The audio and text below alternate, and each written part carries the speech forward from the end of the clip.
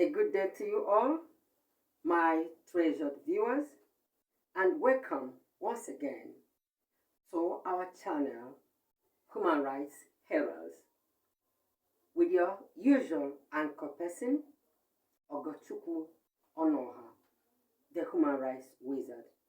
Welcome to a quarter hour with the Human Rights Wizard, and today we shall be examining the all-important topic, the distinction between civil laws and criminal laws.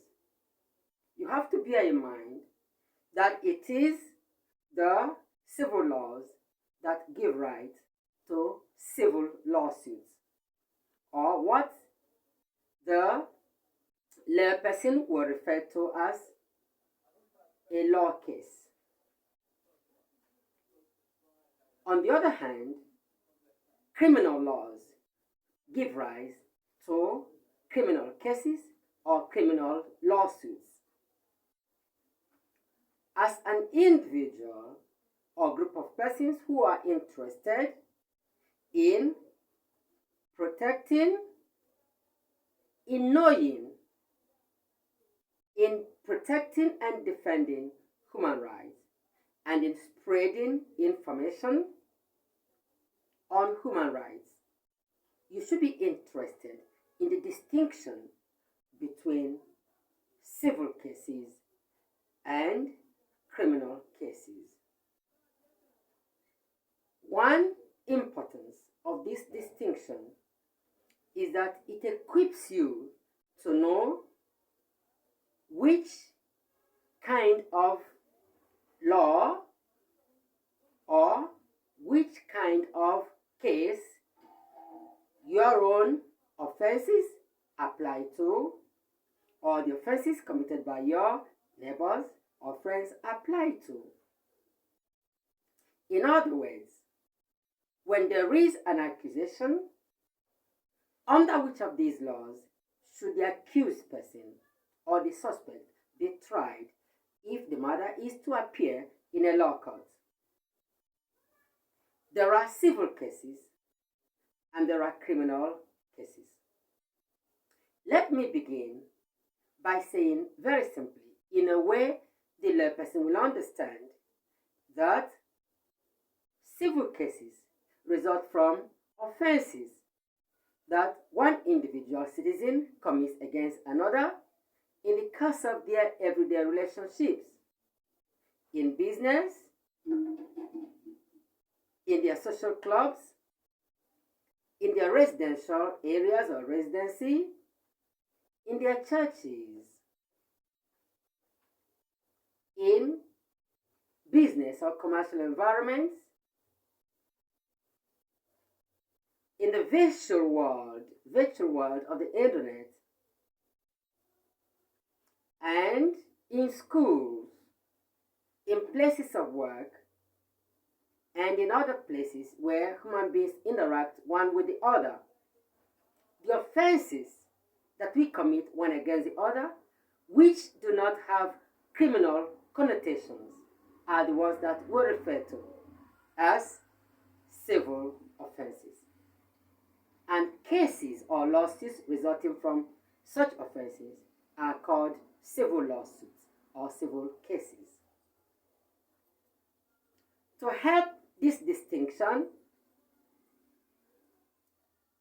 become clearer to you, or to drive them further home to you, let us compare the civil cases with the criminal cases. Cases like theft, that is stealing, in a layman's language, arson, that is setting a property on fire, and murder, killing another citizen, and fraud, like the advance free fraud, and cases like the embezzlement of public funds, and many categories of financial crimes, all come under the umbrella of criminal cases. Now let us make a more distinct distinction, a sharper distinction between these two broad categories of law.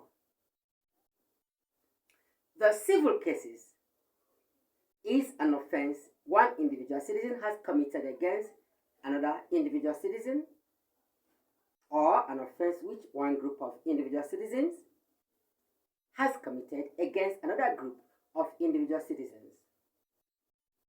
But the criminal law, the criminal offense, such as rape and pedophilia, that is, to have sexual knowledge of a minor, to have sexual knowledge of anyone below the age of 16, that's from 16 years downwards, to have sexual knowledge of such a person is described as pedophilia in law.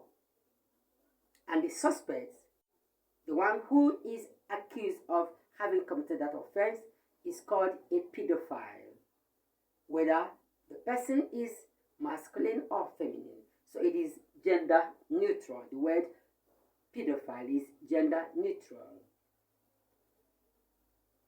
Incest is also a criminal offense.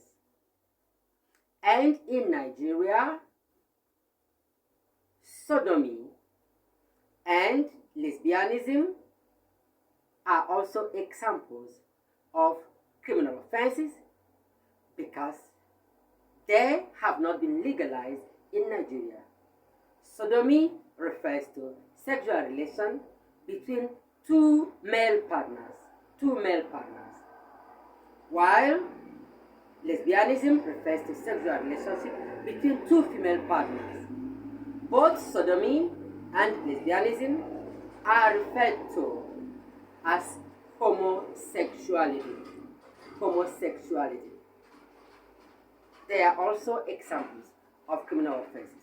Criminal offenses are offenses or crimes committed against the state, while civil offenses are offenses committed against individuals, but not the state. So, if a man, an adult man,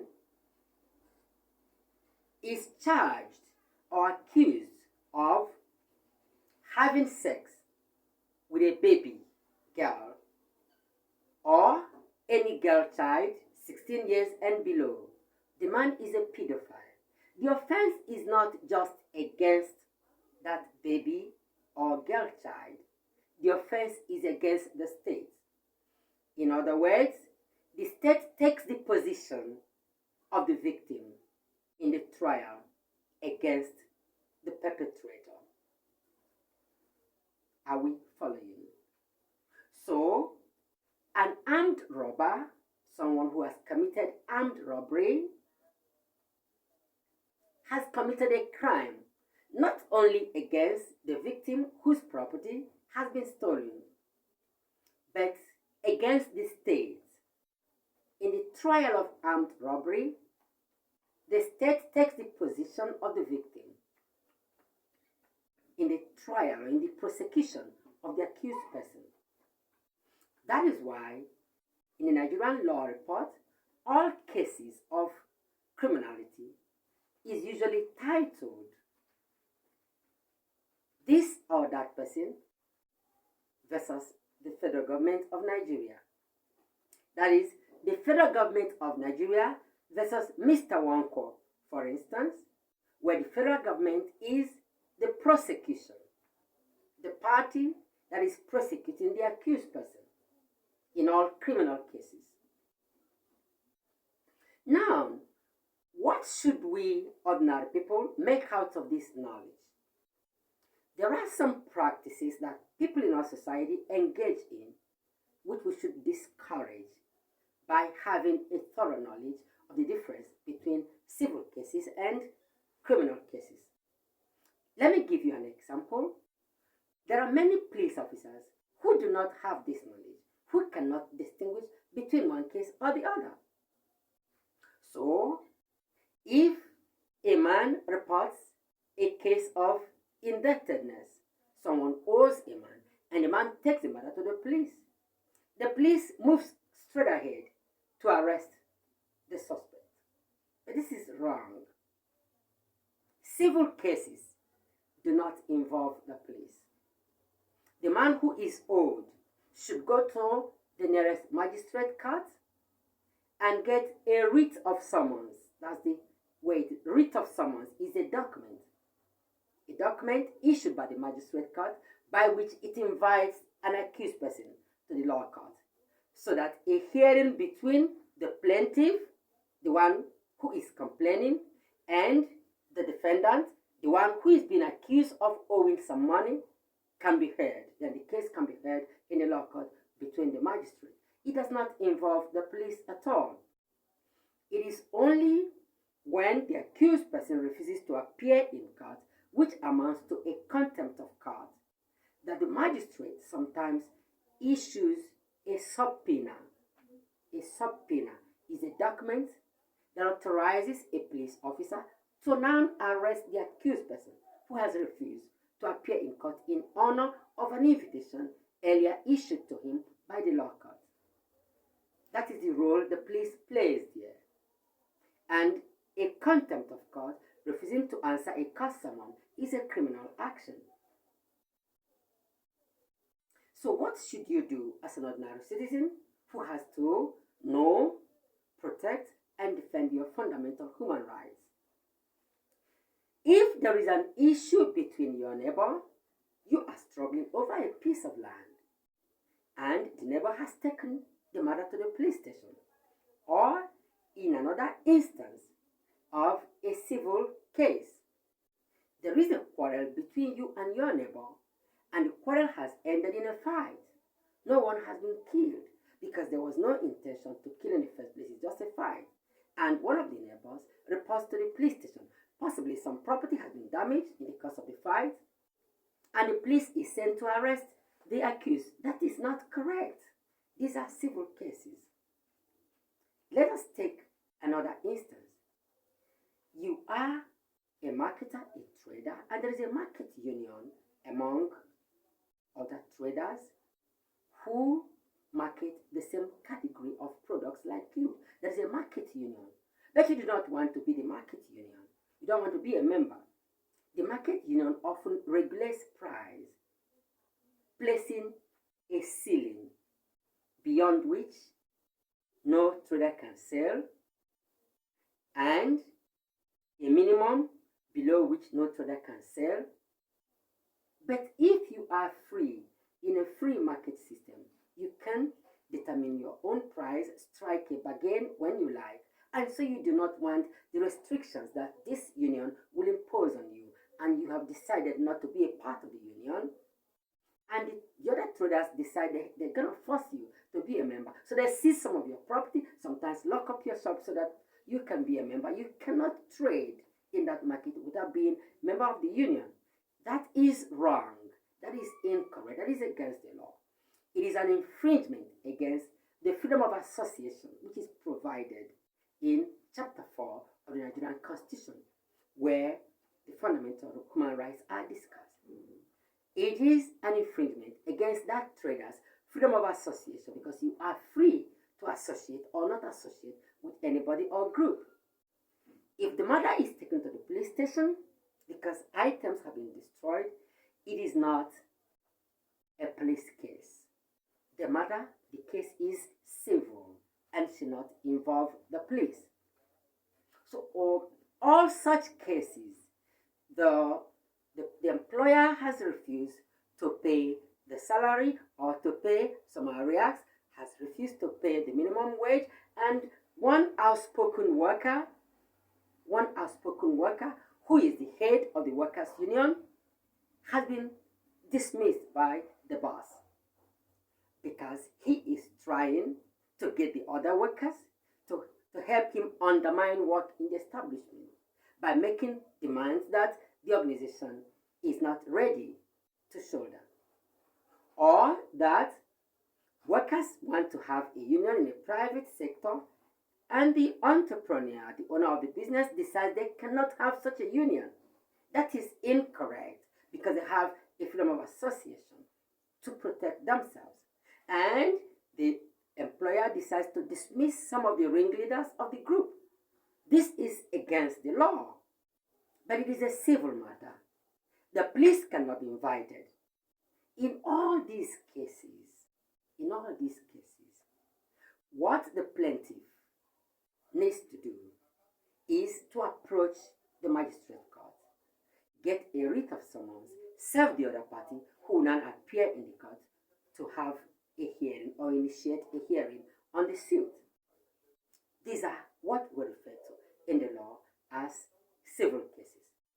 With criminal cases such as arson, like I said earlier on, arson means to burn a property, burn somebody's house, burn somebody's car. It's a criminal offense. The police is now sent to arrest the perpetrator, the accused person, and subsequently be prosecuted. So the matter will be charged to court. If the accused person has a legal counsel, which should be the case, it becomes the onus, the burden on the defense lawyer to prove that the burning, the killing in the case of murder, or the fraud, if there is such a thing as unintentional fraud, it is the onus of the defense counsel to prove that the accused did not do this intentionally. Possibly it was an accident. If, for instance, somebody accidentally kills another during a fight, there was no previous intention to kill the person, but the killer will be charged to court for having committed murder. Now the burden lies on the lawyer or defense counsel hired by the accused to prove to the court that there was no intention to kill initially, at which case the court will now bring the case down, commit the case to what is called manslaughter.